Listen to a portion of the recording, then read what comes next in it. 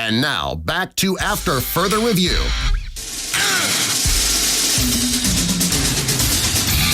And now, after further review, a Clemson student's perspective on sports. It's AFR time, baby. Let's get up. Let's get rolling. That's right. Personal foul, 69. Offense. He was giving them the business. We played it down. Okay, so if Trevor Lawrence isn't either the second or third string quarterback in the fall, I shave my head and you get a tattoo? Well, you got to get a head tattoo.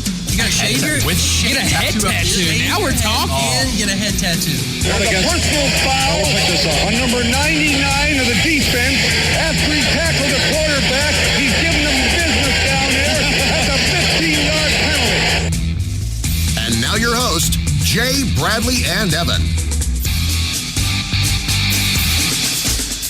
Well, good evening, everyone. Thanks for spending another Monday evening with us. AFR is on your radio. Jay Smith, Bradley Kendall, Evan McDowell. Week 4 college football in the books. Got a lot we want to talk about. So many good games this weekend. Bradley and I and some friends went to Georgia Tech, so we missed some of the games on TV. Caught a couple, Bradley, on the radio on the way home. We listened to Army Oklahoma. I tell you what, the radio broadcast for Army, if you've never listened to it, listen in. You'd think it'd be like a bunch of serious guys that really don't show much emotion. It was intense, and we were into it. And then the Kentucky game, one that I really didn't see coming. Landmark victory for the Wildcats. But yeah, a lot to get to, so we'll go ahead and dive right into it after further review. Well, you said week 4 now to week 5. The numbers 4 and 5 are kind of significant here because honestly, I mean, if you look at it now, does the Power 5 need to be adjusted to the Power 4? With how the ACC performed this week, I think it's arguable. And quite frankly, I think we should bump it down and make the ACC a group of 5 conference after this week. It was pretty unexpected. We just put it like that. I mean, we've talked about it off air and now on Walt's show segment before, but Old Dominion, they put up 632 total yards of offense against Virginia Tech, as you said, most yards that Bud Foster defense has ever allowed. Yeah, and I think Virginia Tech's really feeling the effects of the losses they sustained last year with the Edmonds brothers both leaving early to go to the NFL. Josh Jackson, unfortunately, breaking his leg, going to miss probably the rest of the season. But it wasn't much about the offense. It was all about the defense here for VT. And still can't figure out why they even agreed to travel to Old Dominion. I mean, it wasn't far of a travel, but why even bother going in a road environment against a team like that? And a team that was winless. They were 0-3. They lost 58-10 to Liberty. Lost to Liberty, who I believe Walt said got shellacked by North Texas. Yeah, well, North Texas shellacked Arkansas, but yeah. Yeah, I mean, I guess the transitive property, you can use it there. But yeah, Virginia Tech, I mean, it really doesn't look good now for the coastal side of the ACC. And the backup quarterback comes in now, 13 touchdowns, 17 picks in his career, played 2 seasons at Kansas. So if you're Virginia Tech and you're reaching out to Kansas to get your backup quarterback, you're not too confident about the rest of the season coming up. What do you think this does for Bud Foster? Because we just got a text in from 864 saying that Foster needs to retire. I mean, he's been at Virginia Tech now. I'm not sure exactly how long. That's a Google question for Evan, but I think he's been there for at least 10 years. I heard 24 years as a defensive coordinator. Okay. I'm not sure how long he's been at VT for. I heard 24. As long as I can remember watching Virginia Tech football, which again, we're only 21, but it's been Bud Foster's defense, and it's always been a good defense. He's been at Virginia Tech since '87. He was a linebackers coach till '92. Wow. Still a linebackers coach in '93 and '94, and then he took over as defensive coordinator in '95. So that's 24 years right there. Yeah, if my math is correct. That's a great career, and he's had a great defense at Virginia Tech year in, year out. Yeah, they were 4th in the country last year in defense. So I don't really think it's a matter of his system or the fact that he's been there too long and is getting kind of old. I want to say it's just a fluke, but when you look at how they were just getting beat up, not only on the lines, but through the air, I mean, 495 yards through the air for Old Dominion. That is unacceptable for an ACC opponent. I don't care who you are, even if it's Tennessee. Now, they played well against FSU. I mean, obviously, they beat the So did Noles. Syracuse. I mean, everyone else did. Well, hey, Syracuse is shaping up to be a pretty good ACC team. And Samford did as well. But yeah, Francois still had 233 yards passing, although he threw 3 picks in that game against the Hokies to start off the season. So I don't know. I mean, it'll be interesting to see kind of how, as the season progresses, because we really don't have a great sample size with Virginia Tech. We have an FSU team team that we really can't take seriously. We had William and Mary. They beat 62-17. Obviously, the ECU game was canceled thanks to Hurricane Florence, and then this Old Dominion game. So really the first game we're going to be able to look at them as a team is at Duke this weekend. And I think, Bradley, Blue Devils can win that game. Oh, I'm taking Duke easily in this game. I think Quentin Harris for Duke has filled in really well for Daniel Jones, and quite frankly, their game against Baylor is going to be a lot more difficult than it was probably against Virginia Tech looking at it now. I think at home, Duke 5.5-point favorites, definitely going to cover that spread. And then you turn right around after that, Notre Dame at home for VT. I mean, I know Enter Sandman's intimidating, but is that defense anywhere near intimidating to stop a new-look Notre Dame offense now? I don't think so. No. I wouldn't buy it, no. I don't know. A lot of woes, though. But we need to move on. Another game we want to talk about from last weekend, Stanford, Oregon. This was, in my opinion, the craziest game from last weekend.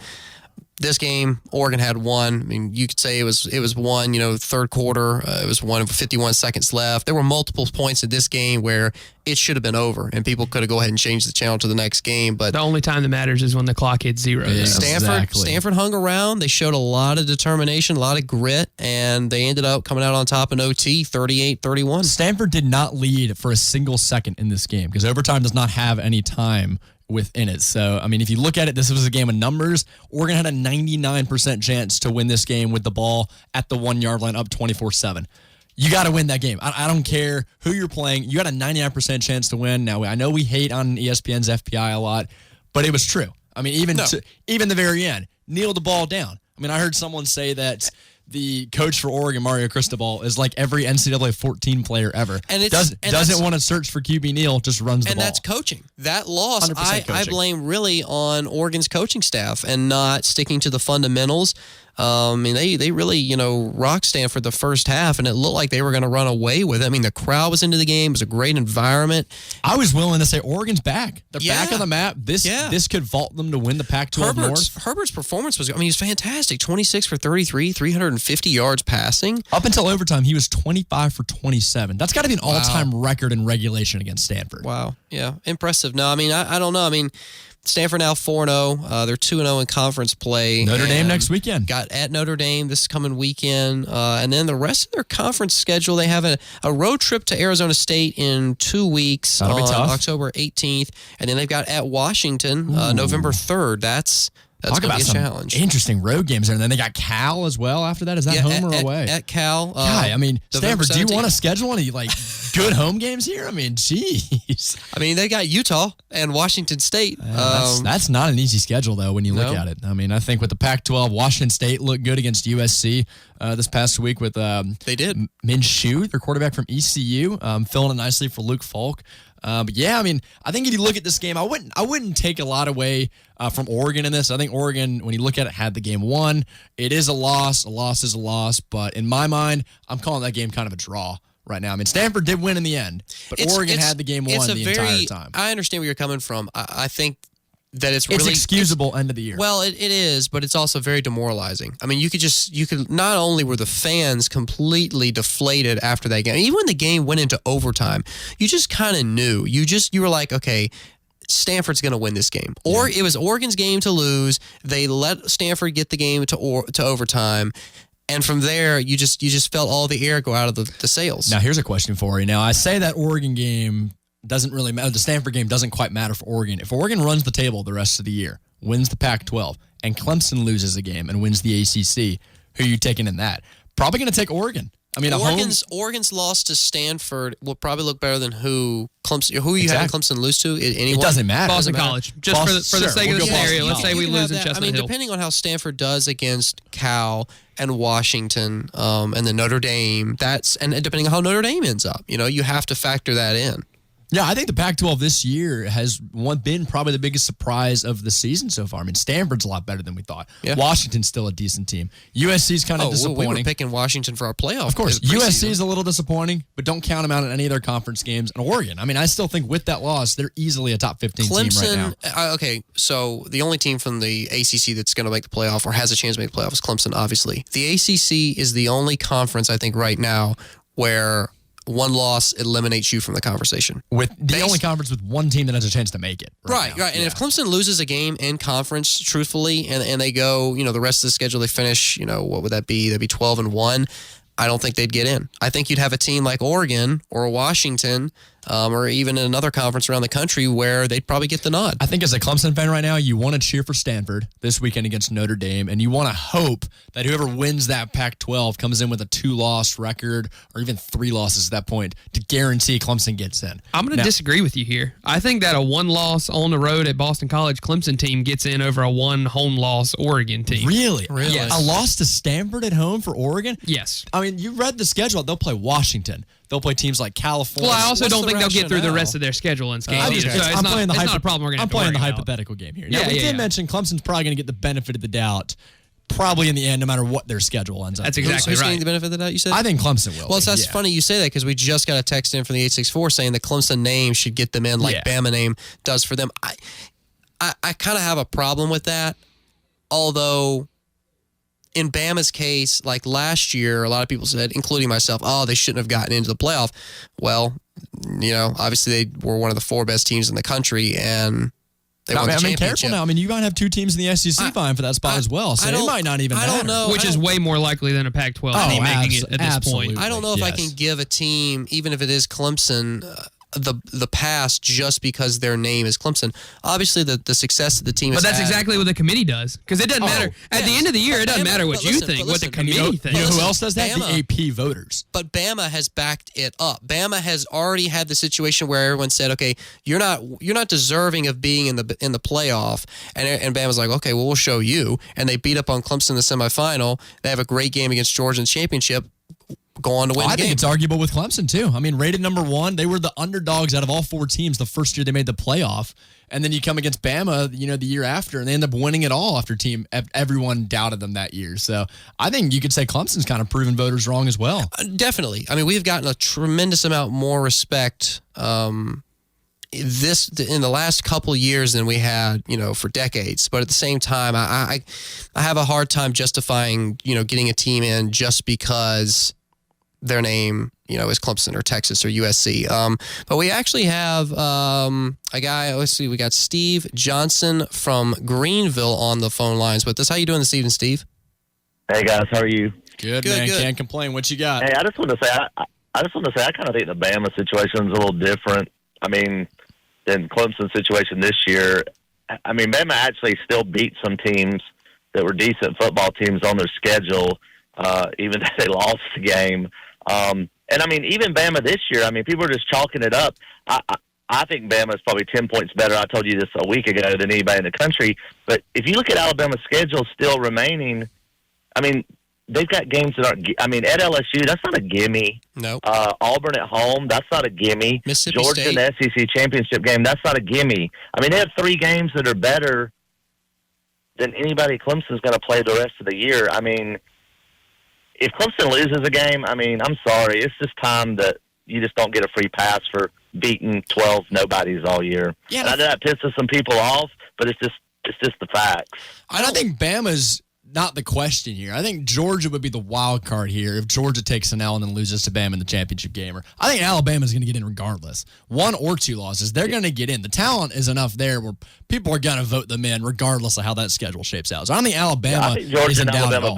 Georgia and Alabama both go into the SEC championship game undefeated. I think they both get in no matter who wins the game, and I think they're deserving based on who they played and who they beat. Yeah, I would agree. As far as the Clemson argument goes, I guess my whole thing about since we talk about Clemson all the time, and I get why we do, but I'm just saying, I'm just saying with the way the ACC looks, and maybe that changes. I don't know. I mean, the only team I can hang my hat on that you guys haven't talked about is Miami. I don't think Miami's any good. No, they're not. Maybe Miami runs the table or wins and only loses 1 more game, and you can chalk that up as a top 15 win when you beat them in the ACC championship game. Not that they're any good, but that'll help. But if you lose a game this year, it just seems like to me it just look. I think might be a little different than the last 2 honestly, years. the best win Clemson has, or the best game that the Clemson can win on their schedule left is Duke.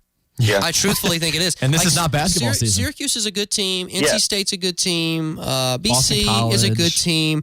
But and I know you don't want to. I think it's Duke. And I know you don't want to hear this, but it was. And I know no Clemson fan wants this to happen, but a good thing that could happen for Clemson is South Carolina to beat Kentucky, South Carolina to beat Missouri, South Carolina to beat Texas A&M, and then you do have a good win at the end. Hey, I'm one of those guys that, and I get ragged on by Bradley a lot, but I'm one of those guys where I truthfully want South Carolina to do well outside of us playing them, because I feel like when the rivalry is more competitive, the game means more, there's more implications. Sure. And when you have a team, South Carolina, at the end, here's the thing about that game. This is the only year this is even applicable. No, here's the thing about that game. Yeah, I agree with you what you just said. This is the only year. This is the only year. When it's at the end of the season, and all eyes are on, who's going to make it in the playoff. A win against a team, whether it's your rival or not, but a win against a team that's highly respected, ranked in the top 15 or top 20 or even top 25, can go a long way to boosting your resume. So truthfully, that's why I don't have a problem with South Carolina doing well outside of when we play them. But like I said, this is the only year where I think it's even applicable. I think you're right. It's the only year where it's applicable, but there's a very good, there is a chance that South Carolina, if South Carolina wins at Kentucky Saturday, who's ranked number 17 in the country. They're not going to, but Carolina hypothetically. Okay, but if they do, South Carolina will be ranked in the top 25 again next week. Yeah, that's true. And I think the only way you even have a chance to root for South Carolina is, like Jay said, if it depends on us making the playoff, then I'll start to root for South Carolina or some of the other teams on the schedule. Again, I understand what you're saying. I'm not as much. All right, well, I'll let you guys go. Thank you. Yeah. Appreciate it, Steve. Thanks for calling in. Yeah, I'm not as much rooting, quote unquote, for South Carolina, again, as I just want to see them do well and get enough national respect to where when we play them and beat them, the game means something. It's always for our benefit. It doesn't mean anything externally beyond the confines of the state when you beat a team like South Carolina, who our freshman year finished 3-9. Yeah, it was great to beat up on them, and yeah, they finished 3-9, and I got to rub that in the face of all my friends who were freshmen there at the time.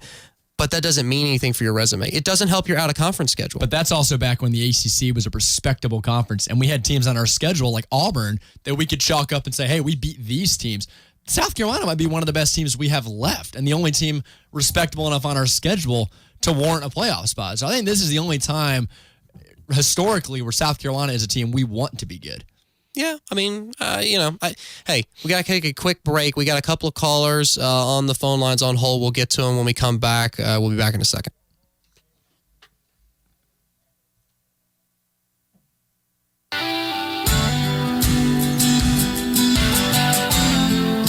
If you love hunting and fishing, you'll be loving every day rolling on a set of the new Yokohama Geolander MTG003 from the Pendleton Tire Company. It's aggressive sidewall has the look you want and the tread designed to get you to the woods and back out.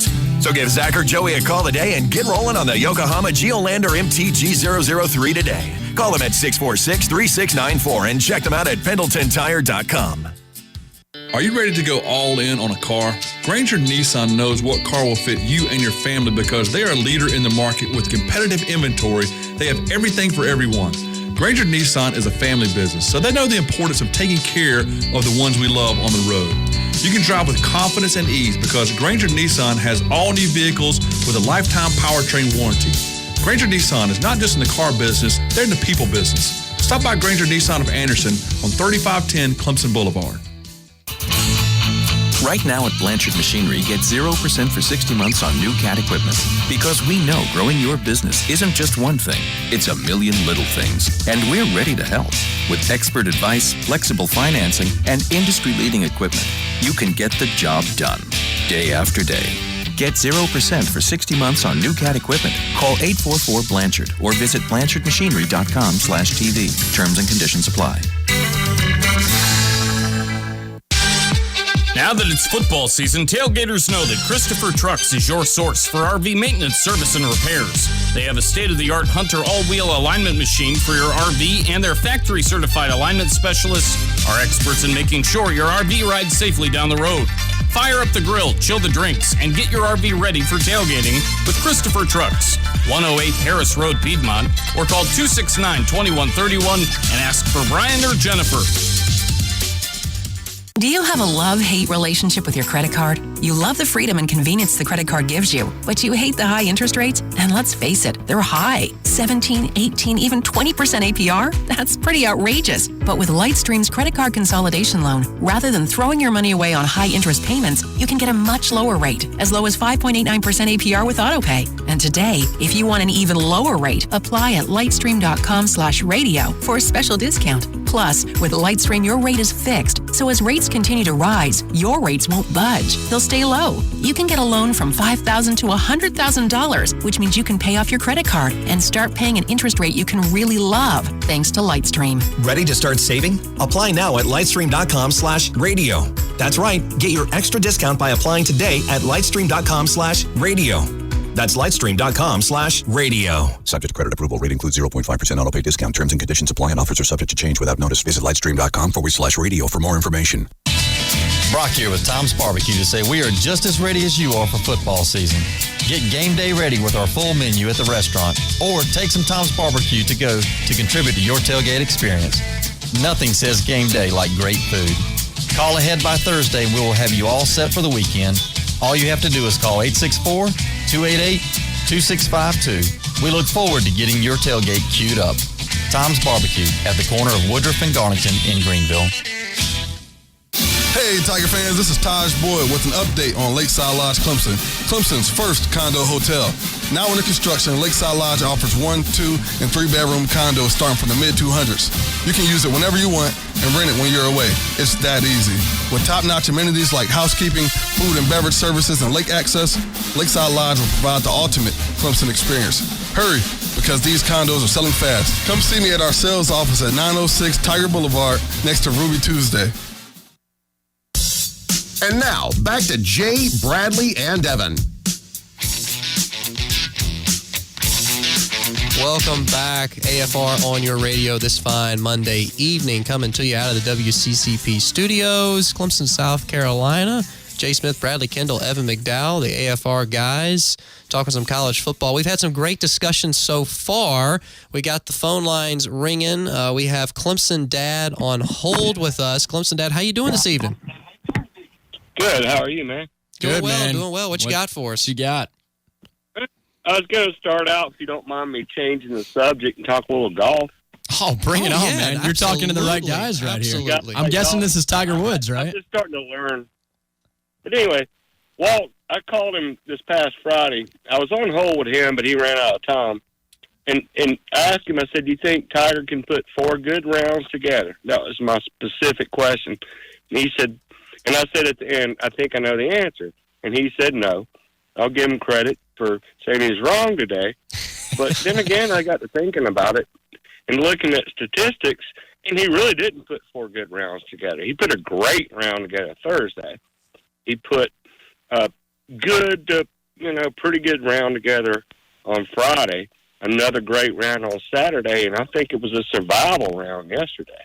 Yeah, I mean, coming down, couldn't agree with you more. Coming down the back stretch of that back nine, I mean, it really, he had a pretty, on the back. He had a good cushion of, I think it was 5 strokes. But those back-to-back bogeys, I think on 15 and 16, kind of made me raise my eyebrow a bit. I was like, okay, come on now, Tiger. Yeah. You got to hold it together. And I'm going to throw a little baseball at you. Have you ever seen Moneyball before when the A's were trying to go for that long win streak and almost milked away an 11-0 lead to win that final game? That's exactly what that was like with that 5-stroke lead.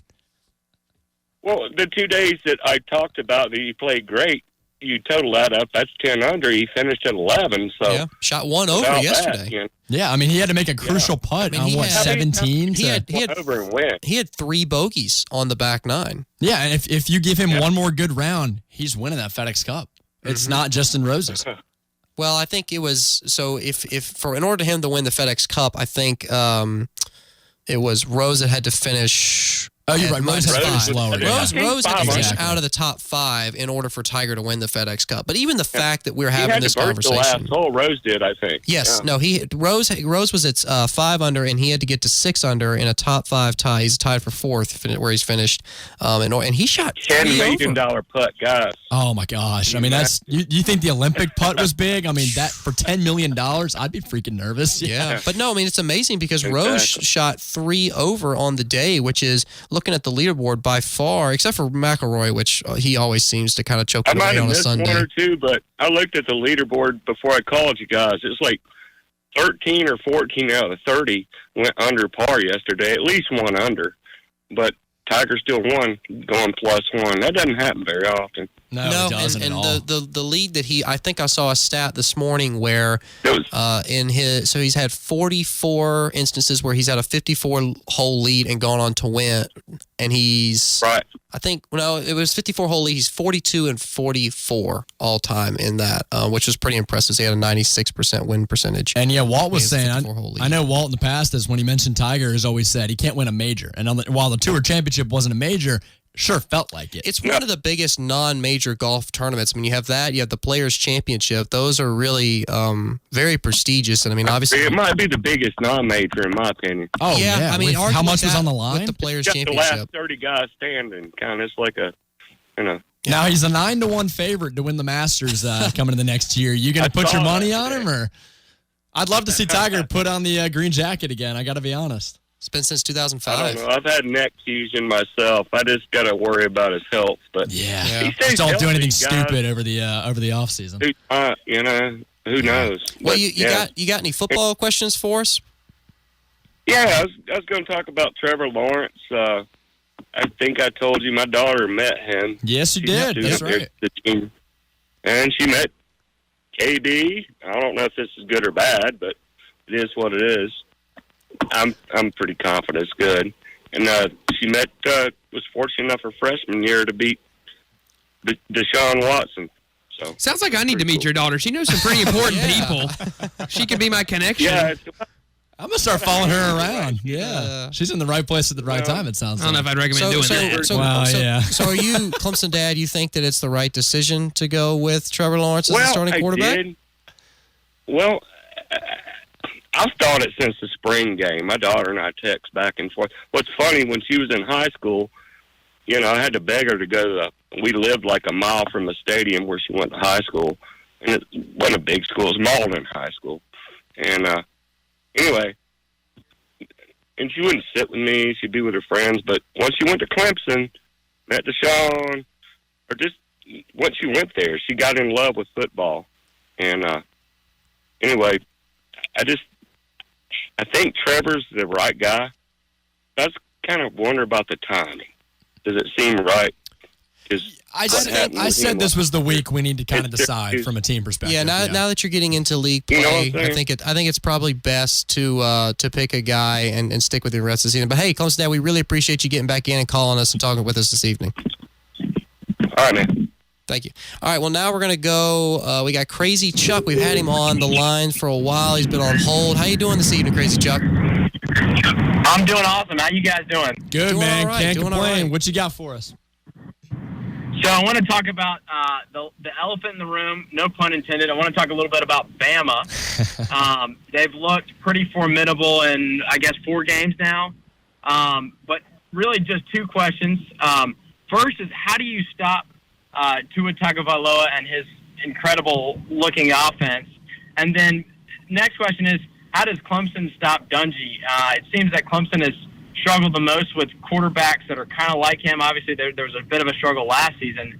And you see a guy, I don't want to say it's similar, or it's kind of similar, the guy from A&M that Clemson kind of struggled against at quarterback. So I'll take your comments off air. Thanks, guys. I'm loving the program so far. Hopefully I'll call in a lot more. Well, hey, we appreciate you getting a call in and talking with us. Yeah, no, so first thing, the only way to stop Tua, truthfully, is that or your Army, and you just milk the clock, and you basically give Alabama like 10 minutes to possess the ball because... Or you just offer Tua a contract somewhere else to come play for Ole Miss or something like that. Listen, I mean, it's going to be tough. I mean, even this road test for LSU, with Alabama going to LSU later this year, November 3rd, that's not even going to be close. Come on. They're going to have a hard time. They're going to get smoked. They're going to have a hard time. But even to go back to his question, how do you stop Tua? I mean, he's leading right now. If he was to continue where he's been on pace so far with these 4 games, he would break the college football record for QBR as I guess technically a freshman after last season. Yeah, That's incredible. He's thrown for 1,000 yards. On third down, he's nearly perfect. He's got 14 touchdowns so far throughout the season and 0 picks. So how do you stop him?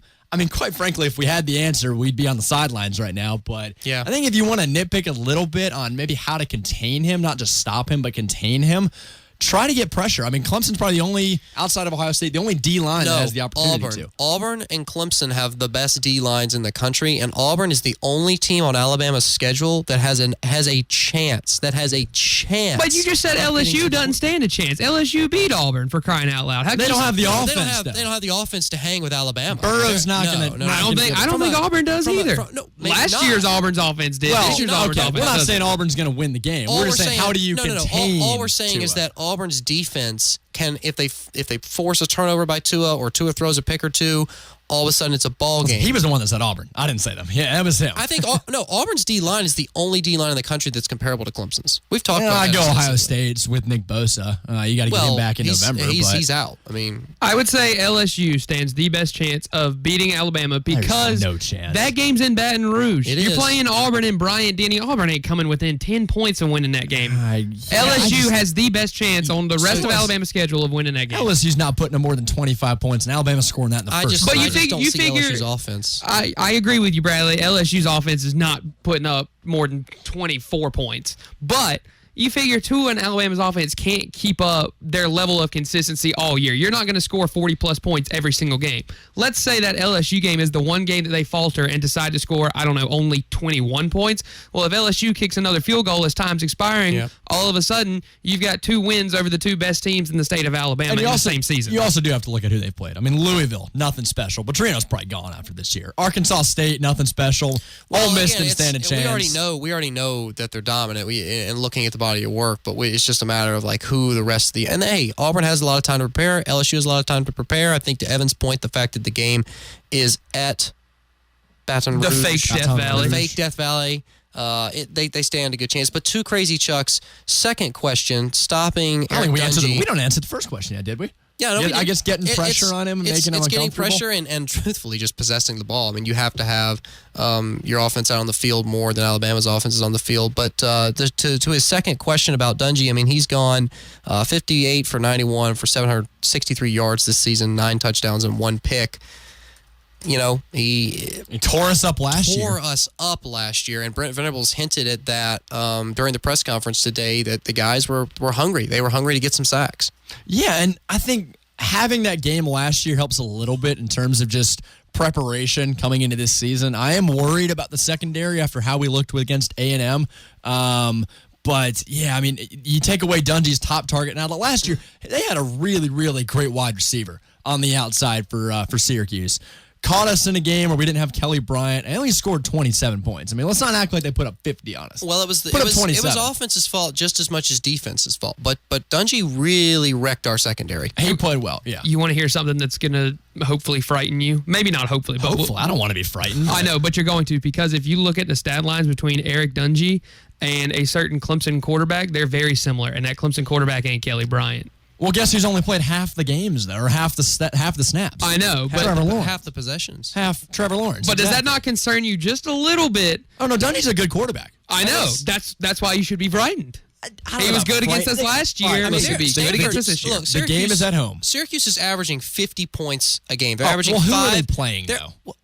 I mean, look Wagner, at who's Western Michigan, played? Wagner, Florida State, UConn. Besides Texas A&M. They played Texas A&M, which is a way better defense than Wagner. I can tell you that. Okay, well, in order to stop Dungy, you got to protect the outside because we were getting burned against Kellen Mond, as Crazy Chuck was saying. Kellen Mond was burning us on the outside. He wasn't burning us. He was just mad. The secondary forgot to show up. You can't let him roll out. We gotta sharpen up some of the defensive schemes too. I mean, you mentioned that a couple rely weeks on ago. the D line to pressure the quarterback every single snap. Secondary linebackers, those guys they can't blow assignments. They've got to stick with their man, and they can't, like you said, let Dungy roll out, have time to throw, let the play develop. You've got to make him uncomfortable in the pocket. Now, I will say, I think A&M's O-line's significantly better than Syracuse's is. I mean, Syracuse isn't great. Dungy's just a good quarterback. He makes up for that.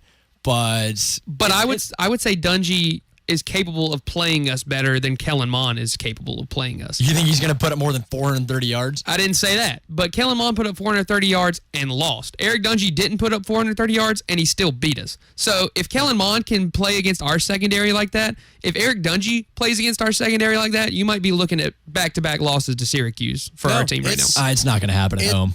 I don't see it. I think with Trevor, if Kelly was starting the game, I'd be a little worried. But the fact that we have Trevor now, the NC State game could have been a loss, barring that 33-yard shanked field goal. The Pitt game, that was inexplicable. I mean, you just remember sitting in the stadium going, how in the world did we manage to lose to Pitt? But it caught you off guard. When's the last time that Clemson lost back-to-back games to the same opponent? Oh, that's a Tim Beret Syracuse question. We lost to last year. We know what they're going to bring to the table. Very similar team as last season. Just because you know what they bring to the table, i.e. Georgia Tech back in the mid-2000s when they handled Clemson easily, doesn't mean you're going to be ready for it. Different story now. We've got Dabo now, and we see what we can do with Georgia Tech now, too. Well, we do. We got Robert in Georgia. He is calling in to us. How you doing this evening, Robert? Hey, I'm doing great. How about you guys? Doing well. What can we answer this evening for you? I know we're only a quarter way through the season, and I know a lot of crazy stuff happens in college football, but man, I don't remember when we've had such dominant teams in each conference. And I think you're looking at possibly SEC champ undefeated, runner-up, one loss. Big Ten champ, undefeated, runner-up, one loss. Possibly Big 12 champ, undefeated, runner-up, one loss. Possibly a Pac-12 team, undefeated. Possibly... And even UCF. ACC champ, undefeated. Yeah, don't forget about the Who's going to get left out here? I was saying that preseason. I think this is going to be the year when you look at the talent across the board. This is going to be the year where all Power 5 conferences have a vying spot, a team that vies for a spot. And it's just like we got a text in from the 864 a few minutes ago saying that, and this was a scenario, assume Bama runs the table and UGA, Clemson, OSU, and Oklahoma all have a loss. Who's the loser in that scenario? Because you've got guys from every conference except the Pac-12 in this scenario represented now. Washington, Stanford, those teams could go on and be, in the college football playoff conversation later in the season. And I can tell you why each team that is leading its conference now is where they are. It's because of the freshman quarterbacks or even sophomore quarterbacks. Jake Fromm out of Georgia. Dwayne Haskins out of Ohio State, Kyler Murray at Oklahoma, even Trevor Lawrence at Clemson. It doesn't even have to be quarterbacks. Look at guys like Justin Ross and how much, what they've done. This is unprecedented. We have never seen teams turn over like this and just completely rebuild the next year. Or reload, I should say, not rebuild. And it's funny you mentioned that because that question was actually posed to co-offensive coordinator Tony Elliott during today's press conference. And he said that the guys that are coming out of high school today are far more superior, prepared physically for the demands and the rigors and the pace of college football versus, when, like Tony said, when I was back playing at Clemson, he said, I wasn't lifting weights every day. I wasn't on an exercise regimen. So, you got guys that are freshmen that are all-stars. Yeah, even teams like Michigan, who haven't really been competitive over the last few years. It doesn't matter that you have Jim Harbaugh all over social media. They're going to go to Ohio State. It's going to happen. You don't have 4 or 5 teams each year that are all vying for that one spot. It's controlled by one team. And it's really, if you're another team like Virginia Tech or Miami, what do you do? Yeah. Where do you get players from? Because they're all going to go to this one team. Robert, I'm curious. Who do you think would get left out? What conference would you pick to get left out if you had a bunch of one-loss champions or even undefeated champions at the end of the season? With the scenario I described, I'm scared to death that it's going to be the ACC. I'm hoping that Clemson going with Trevor Lawrence and his beautiful hair is going to help them. Not the only beautiful thing about him. His arm's pretty darn good, too, no doubt. It's not unlikely. Well, it's an interesting storyline, but the ACC is really, really just, they're bad. They're bad. But honestly, though, I know the ACC's bad and all, but that plays into Clemson's favor in a way. I mean, Clemson's going to be that. They are that good this year. But when you don't, I mean, and I know this is hypothetical, if they're not routing their opponents in conference play, people are going to be like, well, what are you doing, Clemson? Like, why aren't you beating these teams by 30 and by 40? Like, looking at the teams on Clemson's schedule and the depth of this, or lack thereof, depth in this conference this year, Clemson should beat all these teams pretty handily by multiple possessions. The only reason that's going to matter is if we lose a game. If we run the table, we're going to get in. It doesn't matter how bad we beat these teams. Yeah, but if we have a loss, go ahead, Robert. Guys, every year I'm an old Oakland Raiders fan. Just win, baby. Oh boy, and I'm sorry. Every year, for the past 3 years, I've always been, if you win them all, you're going to be there. I'm not so sure this year. I mean, I'm kind of scared about this because, again, if Syracuse only loses one game, if Duke only loses one game, and those are two, Clemson, maybe that's going to improve. You don't usually see 3 or 4 undefeated teams within Power 5 conferences at the end of the year. I mean, obviously, all these teams that are still undefeated have the chance to not lose a game all season, but we all know that, a team may have a game like we had Syracuse last year. I mean, there are just games that are inexplicable. Or even just games this week. I mean, Ohio State's playing at Penn State. That is not an easy game by any stretch of the imagination. No. I mean, Oklahoma's got to play probably West Virginia. Right, guys. Yeah, Oklahoma's going to have to play probably West Virginia back-to-back weeks. They're probably not going to win both those games. You're absolutely right, but again, my original point, the little caveat in there was, I don't remember seeing teams that look this dominant in each conference. One, maybe 2 teams that were just rolling over people.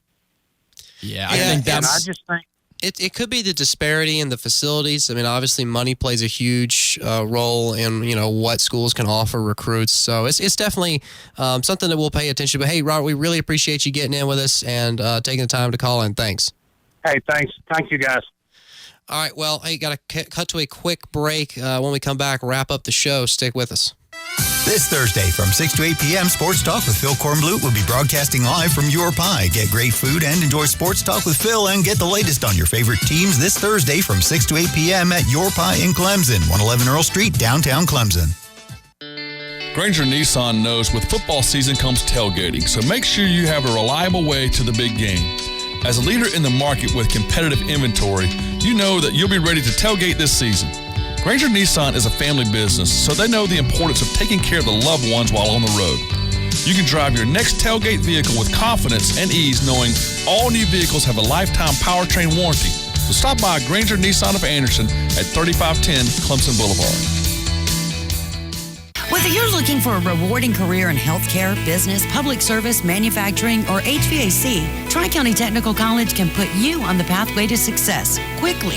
With campuses in Pendleton, Anderson, Easley, and Oconee, Tri-County Tech has the school and the location to make learning easier. Check out their website, tctc.edu, and get the answers for enrollment, academics, and so much more. Affordable education with limitless possibilities at Tri-County Technical College. Ready to tailgate for the big game? Food? Check. Drinks? Check.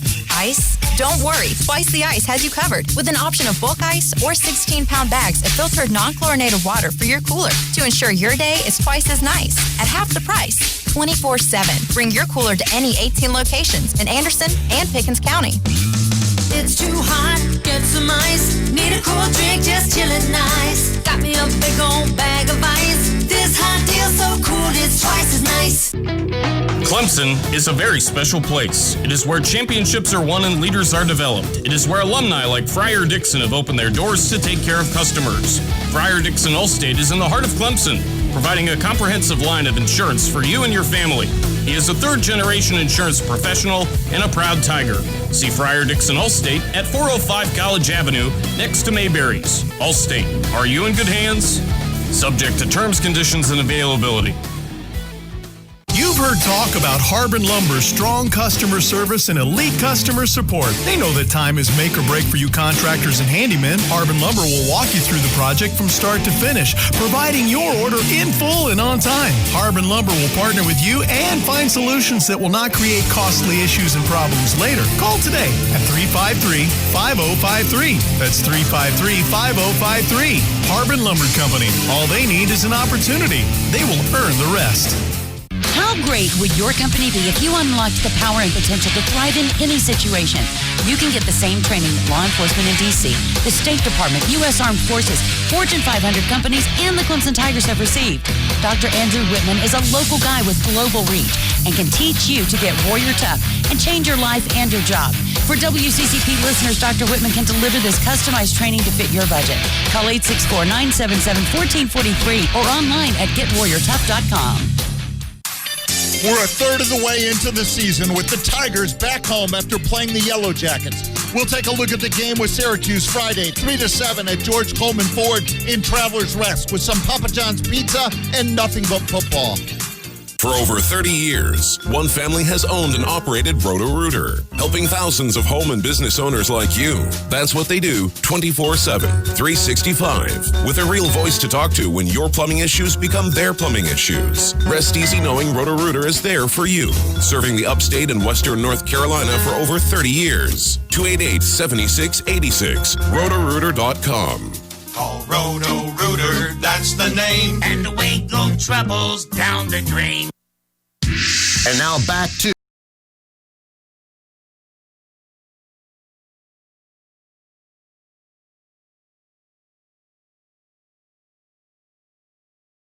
segment to wrap up this week's show. Hard to believe the hour goes by so quickly. We've only broken down. I wish class would go by this quickly. I know, a handful of games, and we've got 11 minutes left this hour, and then it's on to Tiger calls. It's just what do we talk about now? There's so much to talk about in season. It's so much easier. But if you want to jump in on this conversation, the Northland Communication Hotline. We've already had a lot of calls so far. 864-654-7627. You also got the Health There text line. You can text into 864-986-1566. But yeah, Jay, a lot of the conversation about the Trevor Lawrence, Kelly Bryant situation. Obviously, a lot to talk about with that. Did you agree with this decision here? Should it have come at this time? I've made it pretty clear on air that I don't think we should be handing the reins over to Trevor at this point. I think that's an inevitable I got to be honest. I think most of us were kind of surprised. It was this quick in the week. And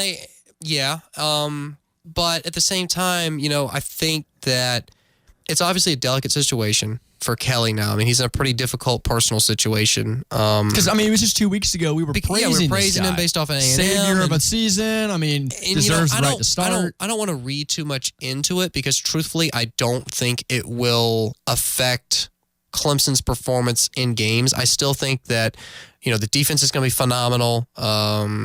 And the offense has enough weapons to where, regardless of who's in the system, we should be able to perform well. Based off of our remaining schedule with the ACC and our non-conference opponents, I think it's just South Carolina left as non-conference, unless Clemson decides not to show up for a football game, I don't see there being a slip-up. So that's why I'm not too startled or jarred by this decision. I don't necessarily think it's the right decision. I think next year would have been the right time to put Trevor in as the starter. But if that's what the coaches felt like was the right thing to do... No. You got to take the talent where it is now, and you got to run with it. Kelly Bryant's talented, though. You don't make a college football playoff without talent. He's you don't talented, win 12 games as a starter without talent. If it is explicitly obvious that the offense is a whole lot better with one guy, sorry, but it's college football. But is it? Show me the statistics. Show me how Trevor Lawrence has, done so much more with the offense. You were at the Georgia Tech game. Did you watch it? The mantra around the fan just watching that game, Trevor gets in, offense clicks. Kelly, it's just kind of methodical. It's just slow. Trevor still doesn't have a grasp on the offensive play calling like Kelly does. That's where I think you're wrong. I think he does a phenomenal job. Even running the ball. He was able to run the ball down the field for a few plays. Which is all that we're saying Kelly's better. Part of that is play calling. Okay, part of that, like those design runs that Kelly takes and holds the ball for 17 seconds and then finally runs up the middle for -4 yards. Example A, though. That's play calling. Screen plays. Watch a screenplay with Kelly Bryant and then watch it run with Trevor Lawrence. Trevor gets that ball out so quickly. It's so obvious that the wide receivers have way more time to make moves and get down the field more than they do with Kelly does. He restricts them so much, and that's a lot of our offense. We run a lot of screenplays. Jeff Scott and Tony Elliott love to run those things. Again, based off the schedule, it's really not that big of a deal to me because I think, truthfully, Clemson can handle it. But oh yeah, listen, I think Kelly as the starter would do very well. Okay, here's my only point before we move on because we got a caller waiting on the line. I don't think Kelly has been given enough time to settle into the system. I mean, I think Trevor has gotten just as many, if not more, snaps every single game versus Kelly. I think Dabo, instead of throwing Trevor in after the first one or two possessions, should have given Kelly at least a half or a quarter. He did. Not consecutively, not back to back to back. You got to ride the hot hand. No, I mean, just because you want to give him the quarter, you don't have to ride the hot hand. If he goes two possessions and doesn't play well, you're going to keep letting that stretch out. That's not all on Kelly. Just because guys drop balls or there's not holes open for ETN, whatever the case may be. It is on Kelly. Running the offense and getting in third and long 3 times in a row, that's just as much that's play on the calling. quarterback. That's just as much play calling. I don't really I think that it's Trevor, way more than 50-50. I don't think Trevor Lawrence handles the offense significantly better than Kelly Bryant. He's been more efficient. He's been way more efficient. To go against your argument, Trevor Lawrence has been more efficient. So what's the stats? I mean, show me stats on how he's more efficient. Kelly read it off on Qualk's show on Out of Bounds earlier. Yep. Kelly was reading off the numbers as far as how many drives each of them has had, how many points that resulted in, touchdowns, turnovers. It's like 92 to 54. I don't remember the exact numbers, but on essentially the same amount of drives, if not a couple more, Trevor, points-wise, has been more efficient, but he's also been more prone to go 3 and out and turn the ball over. So you've got a higher floor and a higher ceiling with Trevor Lawrence, if that makes sense. The ceiling is the roof, they say. The ceiling is the roof. I don't know. We got to go ahead and get Dean on air with us. How you doing this evening, Dean? Hey guys, first time I heard your show and I enjoyed it. Hey, well we appreciate you tuning in and spending some time with us this evening. Well, I've been watching this quarterback thing since spring, and you know I didn't take sides, but like your guy said, when Kelly read those numbers this morning, I was in Atlanta last week. It looked like to me it was better with Trevor out there. But now, hey, I love that number 2 too. So I want to see him play some, and I want to see him, do good in the future. But talking about Syracuse, I was one of the few that was there last year. And I sat there with a packed crowd, and then I sat there when I was the only one left in the stadium when it was over. And that was horrendous. So I'm ready to see a butt whipping Saturday to make up for that debacle last Friday night a year ago in Syracuse. That was horrible. Yeah, but I'm with you. Go ahead. Go ahead. I was just say there's no. I'm with you guys. That if we see what we seen last year, what I seen sitting there last year was pretty much what we seen at Texas A&M this year. Yeah, and we almost got him every time, and bam, completion. So it ain't gonna be no Georgia Tech, that's for sure. No, I mean he obviously, he's torn Clemson's defense secondary up last year. We know he can do it again. I think there's no hiding the fact that Clemson wants to win this game. They want to come out and have a good performance at home, regardless of who gets more snaps or playing time, who's more productive on offense, I think that Clemson will show up to play this game. But hey, Dean, we really appreciate you taking the time to call in. Thanks for. Hey, let me give you one more thing. I think Dabo sees what's going on in Alabama, and it's time now to start working toward that goal. Don't you dare say that. Don't even finish the sentence, Dean. We don't want to hear Dabo to Alabama slander right now. We are not in that kind of mood tonight. No, and I'm not either, and I'm not going to say that, but I think he knows, hey, it's time to see more Etienne. It's time to see what makes this offense click. So, so we're going to start working toward California Saturday. Well, hey, we really appreciate you taking the time to call in this evening. We got to go now to Jeff over in Anderson. How you doing this evening, Jeff? I'm doing great. I didn't know you guys were on. I normally click off right after Walt's show. But I'm tickled to death you guys are here, enjoying the conversation very much. Well, hey, we definitely appreciate you tuning in. We got a couple minutes left on the show, so what you got for us real quick? I'm just going to say that the quarterback thing is not a big deal. The way I see it, Dabo knows what's going on. I think he's going to put the hot hand in. I think they've already said Trevor will be starting this time. But the fact of the matter is, we've been sputtering pretty bad in the first quarter. So a change-up may help that. Not necessarily, but it might. We don't know. So let's get that change-up in there.